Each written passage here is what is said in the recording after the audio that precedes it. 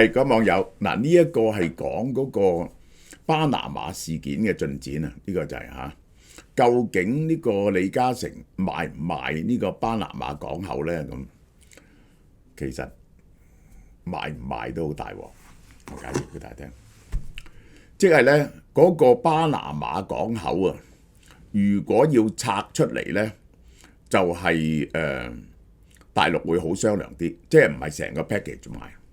但係咧拆出嚟咧就冇晒 value 噶啦。點解咧？大家睇下，美國國防部長海格塞斯4月8號到巴拿馬，表示美國會由中國手上奪翻對巴拿馬運河嘅影響力。呢個係個偽議題啊！從來嗰條巴拿馬運河都係喺巴拿馬運河管理局手上。巴拿馬運河咧管理局咧就直接 under 巴拿馬政府嘅嚇。咁佢去得巴拿馬政府就係同美國嘅關係好好喎，一向冇乜問題喎。佢係個民主選舉嘅政府，佢哋唔中意嘅嘢乜嘢咧？就喺巴拿馬城嗰度咧，你就會見到咧好多中國商戶，就好多中國人湧去嗰度做生意。佢哋就認為咧巴拿馬咧就 under 中國嘅 influence， 其實就係咁解。咁但係巴拿馬同中國嘅出入口咧就真係唔多嘅，呢個就係海格塞斯唔應該藉由當地嘅商業關係嗱，因為好多中國人喺度做關係，就變咗間諜，而又將運河武器化。喂，呢啲係冇邏輯嘅。首先，商業關係就變咗間諜，間諜咧就睇到嗰條運河咧就有邊個出入，咁好難睇唔到嘅喎。呢個真係好難睇唔到嘅喎。用人造衛星都睇到啦。然後將運河武器化喎，即係隨時咧用個運河嚟到懟美國喎。呢個好得意嘅，呢個跳躍邏輯嚟嘅，邏輯上係冇關聯嘅。佢喺巴拿馬市一個由美國資助整修嘅碼頭，我哋會同巴拿馬合作，從中國嘅影響力手中奪回巴拿馬運河嘅主導權，真係得意啊！即係巴拿馬中國有軍隊喺巴拿馬咩？呢個巴拿馬係管理緊巴拿馬運河啊嘛，點解由中國嘅影響力？影響力咧係一樣任噏嘅嘢嚟嘅，你首先要明白。而家咧佢又唔話巴拿馬 violate 咗張合同咯，從來巴拿馬冇 violate過嗰張合同，攞翻嗰字。巴拿馬運河，巴拿馬係要保持中立，喺戰爭嗰陣時同容許美國軍艦通過呢樣嘢，從來冇 violate過。超過40%嘅美國貨櫃運輸係經由巴拿馬運河通過，佔咗2/3。呢個你明白嘅。如果由東岸去西岸或者西岸去東岸咧，係坐船快過嘅。如果陸地運輸咧係更加貴嘅。用貨櫃運輸咧，梗係行船咧係快好多啦。呢個就係咁，同埋咧美國調軍艦由太平洋艦隊同大西洋艦隊嘅運轉咧，就一定會經過呢個巴拿馬運河。咁如果要打仗嗰刻啊，咁美國梗係要控制巴拿馬運河啦。呢個係咪？咁因為咧亦都唔俾中國啲船過啦。但係我哋打仗前1個月去已經得㗎啦。點解啊？唔通中國有軍隊喺巴拿馬運河咩？美國咁近，巴拿馬唔會抵抗㗎。呢個美國派1-2千軍隊去就控制晒成個巴拿馬運河㗎啦。而家美軍係有駐軍喺巴拿馬嘅，其實係有幾百人。海格，中國冇軍隊喺巴拿馬，係美國有軍隊喺巴拿馬，係幾十年來第一個訪問巴拿馬嘅國防部長。呢個正值 Donald Trump 政府要美軍整個軍事方案喎，必要時即係迅速。你整咗個方案喺度，24小時就可以佔領咗巴拿馬。當日係列根時代，係用個特遣部隊去捉咗巴拿馬嘅強人，即係呢個巴拿馬國民警衛軍個總司令，佢嗰個有奧塔加。係實際控制咗巴拿馬嘅人，拉咗翻去美國坐監，話佢毒梟，我諗佢真係毒梟嚟嘅。所以巴拿馬點會唔係 under 美國嘅 influence 啊？好啦，美國喺100幾年前建造巴拿馬運河，即係 what shocks you as a US president 就不停車大炮，而你哋覺得唔緊要嘅嗰啲 mega 牌啊，不停話美國死咗38000人，呢個完全錯嘅。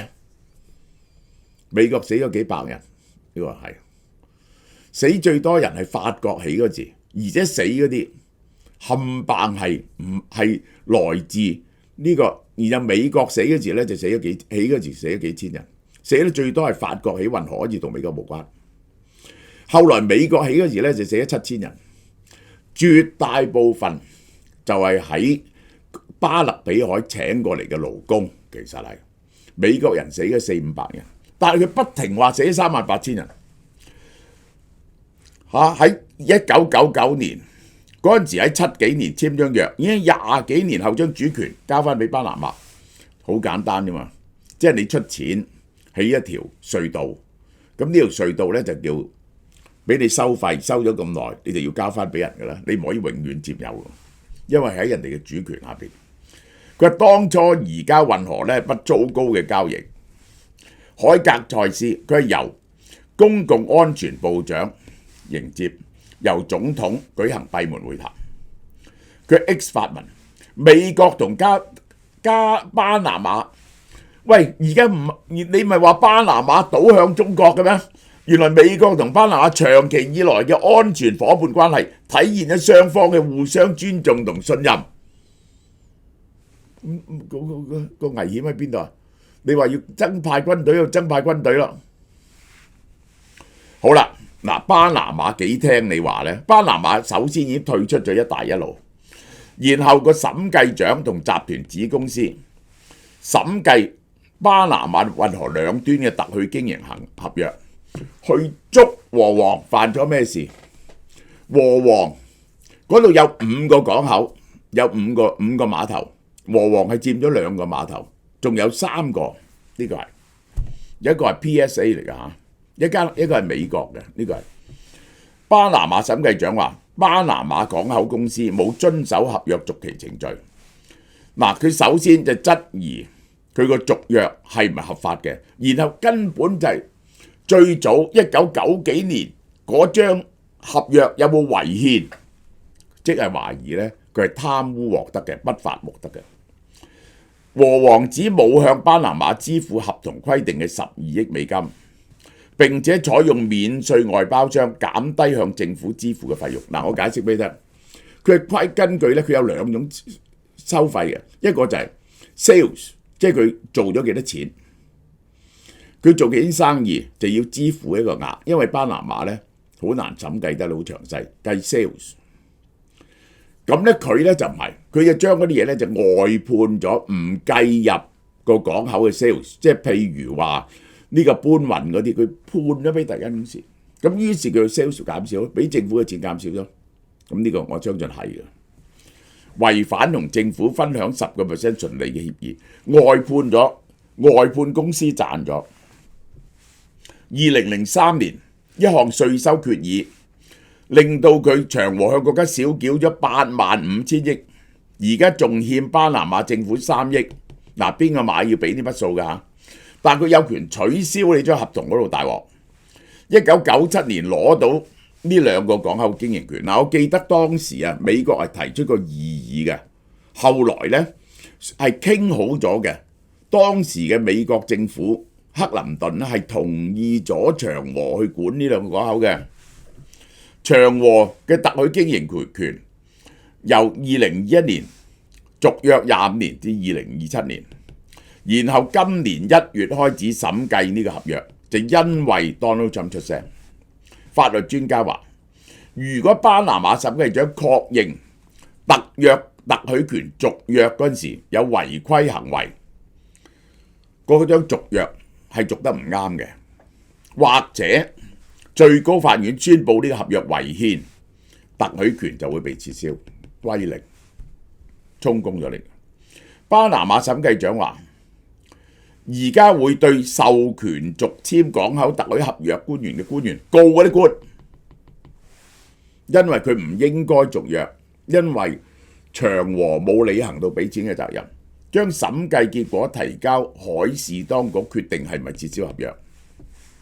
今年2月，巴拿馬總檢察長好快喎，真係總檢察長1月、2月發表具有約束力嘅法律意見，認為長和同巴拿馬嘅港口合約違憲，去最高法院。咁你可以覺得呢啲地方最高法院一定係判佢違憲嘅啦，你都知道。兩個巴拿馬律師向最高法院提起訴訟，指控長和獲得巴拿馬運河兩端嘅港口嘅控制權呢，對巴拿馬嘅主權產生深遠影響。律師卡斯特羅話：我哋要求法院宣布呢個合約違憲，因為佢賦予一間本應該屬於巴拿馬嘅私營公司特權，係侵犯咗佢而家話佢點解違憲呢？你唔可以將國家嘅主權去俾人，即係呢個咧變咗係個租界。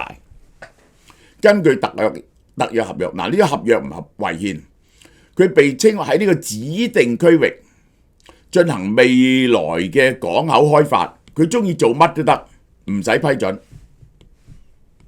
唔需要批准喎。並保留對周邊地區基礎設施專案嘅否決權。你喺幾個公里以內唔准再起碼頭，呢個侵犯主權，冇權咁樣俾。根據巴拿馬法律，呢啲權力係屬於國家嘅，點樣發展你一定要攞得批准嘅，同埋唔可以對其他嘅基礎設施有否決權。繞過強制性公開招標嘅要求，而且冇招標。巴拿馬啲地方就咁啦。1990幾年嗰時，長和集團喺1月審計，自從呢個運河以來呢，我帶俾你59億美金嘅貢獻，25年1年2億幾喎，唔係好多錢，並創造數以千計就業機會。你要知道，其實呢，嗰啲 container 咧就通過嗰條運河喺兩邊嗰時咧係可以上落一啲貨櫃。點解要上落啲貨櫃？嗰啲貨櫃可以由美國兩岸落嚟喺呢個碼頭撈落嗰啲船度或者 unload， 亦都有南美嘅船走上嚟嘅。其實主要就係咁。長和驚咗，3月就同 BlackRock 牽頭達成原則性協議，其實係賣俾主力嗰個股東。係地中海船務個龐蒂家族，係全世界第5大家族有錢家族，着賣就係43個港口，交易作價142億，唔係嘅190，連埋債務190幾億，佢獲得190億。港澳辦、中聯辦批評呢件事，話美國霸凌，你就低頭。上個月28號，國家市場監管總局依法審查呢次交易。然後長和表示唔會4月頭簽，已經冇簽到啦。好啦 ，BlackRock 點講呢？呢兩個都承受咗壓力，因為 BlackRock 咧喺中國都好多投資，中國一定俾壓力 BlackRock， 同埋俾壓力地中海船務。地中海船務嗰啲意大利人咧唔想得罪中國㗎，因為佢都要去中國載貨，同埋佢同中遠呢啲碼頭一定有合作嘅。佢個總裁話：呢兩個巴拿馬港口佔整體交易價4%。呢個交易咧使 BlackRock 獲得23個國家43個港口嘅資產，佔4%。兩個係啱差唔多。反競爭監管審查可以持續9個月，而佢對交易獲得批准持樂觀態度。呢個咧係要。原來咧，佢嗰啲港口嗰啲國家全部都要批准，咁咧就係話中國都有權要批准，因為咧就係中國有好多船經過，或者係因為呢一個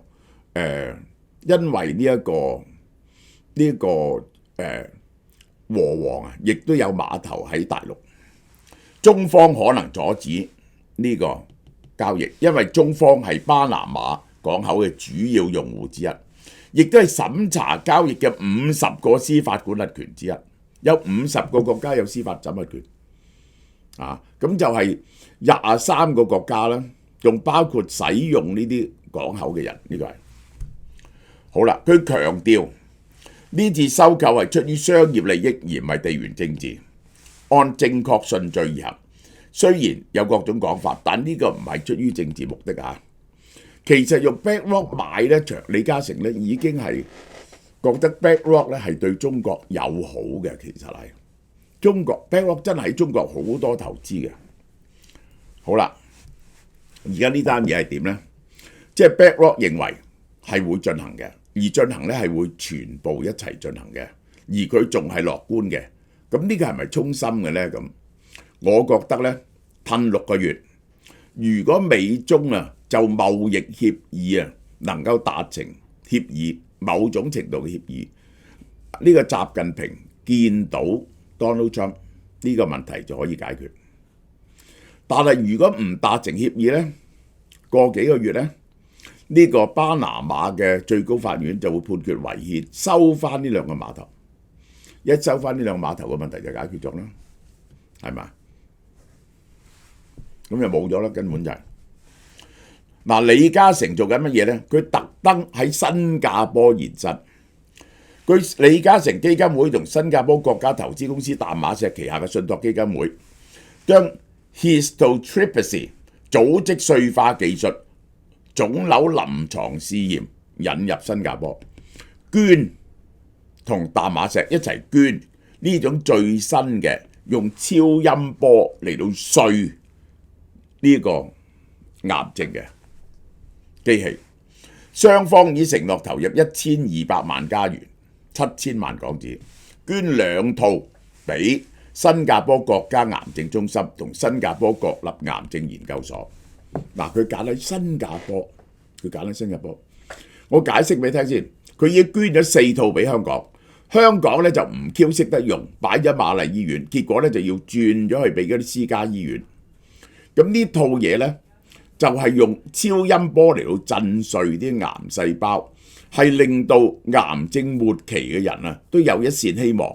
但係佢未曾係真正全面臨床嘅，佢只不過咧係實驗階段嘅啫。李嘉誠捐咗4套俾香港，億幾，而家咧就同淡馬錫捐2套俾新加坡。首先，李嘉誠同淡馬錫好好關係，嗰個屈臣氏世界屈臣氏都係將一大部分股份賣咗俾淡馬錫，同埋呢個喺大陸同埋香港嘅貨櫃碼頭嘅 partner 亦都係淡馬錫。而家佢捐俾淡馬錫，第一就為咗李嘉誠基金嚟到鋪路為周凱旋立足於新加坡鋪路，亦都有個隱約嘅恐嚇。喂，長和係可以將個總部搬去新加坡，你諗下。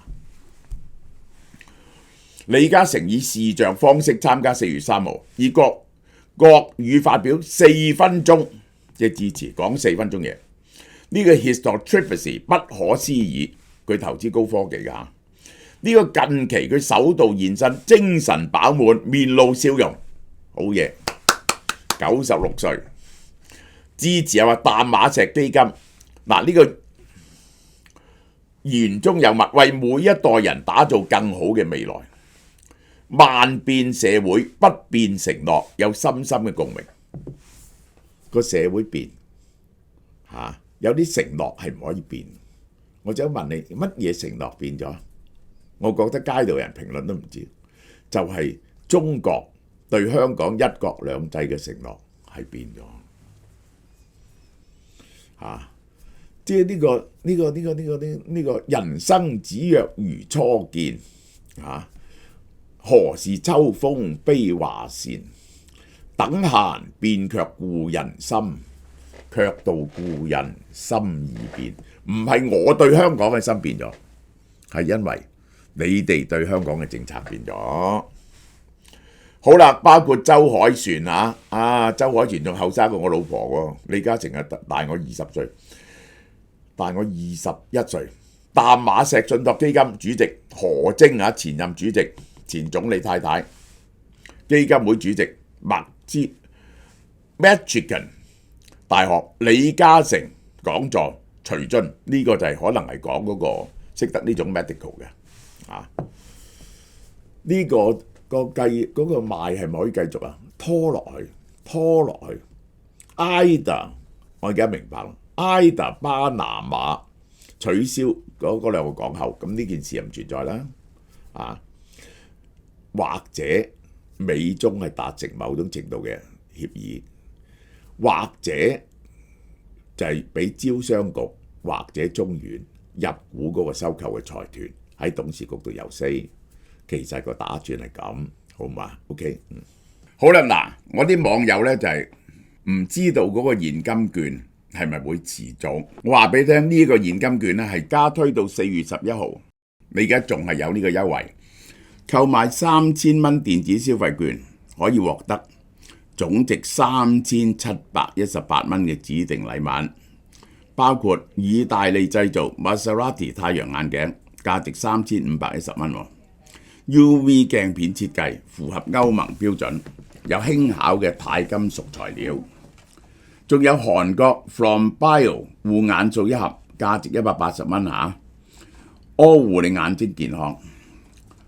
韓國 Harim 水牛城雞翼一包，價值28蚊，超級野味。而買5000蚊電子消費券可以獲得4000蚊嘅指定禮物，包括 Maserati 太陽眼鏡啦，韓國 From Bio 腦消樂一盒啦，可以改善血液循環同記憶力，支持大腦健康功能。大煮系列鵝潤醬一盒，價值288蚊，仲有韓國哈廉水牛城雞翼一包，價值28蚊。優惠期加推到4月11號，網上及門市部都有售，使用有效期到2026年3月31號，現有消費券用戶可以即時增值舊有餘額，延長使用期限到2026年3月31號，禮品數量有限，送完即止。